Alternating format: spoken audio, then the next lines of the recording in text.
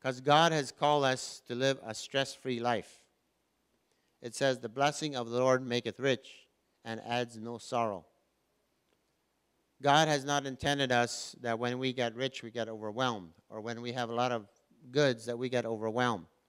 God has intended that the more you get, the easier it should be, instead of the harder it's going to be. So we must learn how to handle things so that they don't stress us. Declare the goodness of God over our lives. Stay calm in the storm. In the eye of the storm, it is calm. All the damage can be seen in the center of the storm, but you can find peace. I remember when the storm Hurricane Richard came over our house, and some of you guys were also in the eye of the hurricane.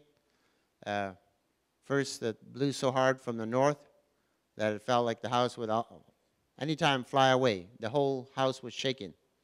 I know I was sitting on the cabinet, and the cabinet was rattling. I thought any minute this roof is going to go. I couldn't believe it that, a house on cement posts, that everything would be shaking like that. I knew it could not stand much longer. I climbed into the attic, and I saw how the boards were going like this. I knew any minute this would fly up. But then all of a sudden, it stopped. It was like for 15 minutes, it was really hard, and then all of a sudden it stopped.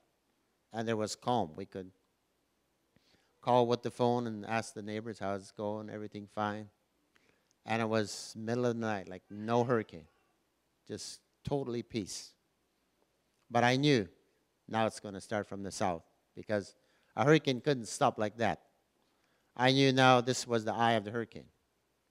So I went quickly outside and put the flowers on the other side, because I knew now we had hidden them in the back of the house. We put them to the other side because I knew now it would start from the other side. And the first wind that we will get is going to be the heavy one, and then it's going to slow down because we hit the eye of the storm. So in the eye of the storm, there's peace. If I would have had a way how to, I could have carried my house just in the eye of the storm, and I would not have gotten into the storm again.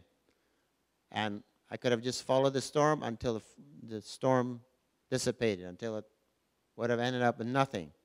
So if we know how to in our lives, we can be in the center of the storm, in the center of God's will. We don't need to let the storm get inside of us. Keep the storm outside.